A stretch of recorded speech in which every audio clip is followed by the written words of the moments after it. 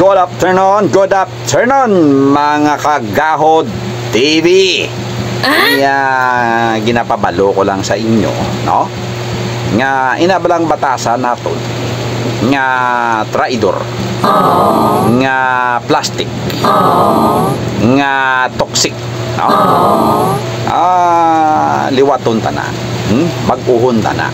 Kay kalain sa isa katao nga sa diin maayo kita sa tubang niya, pero pagtalikod, libak diri libak dito, no? So ito hindi maayo nga batasan. So dapat naton inaliwaton, no? Dapat dapat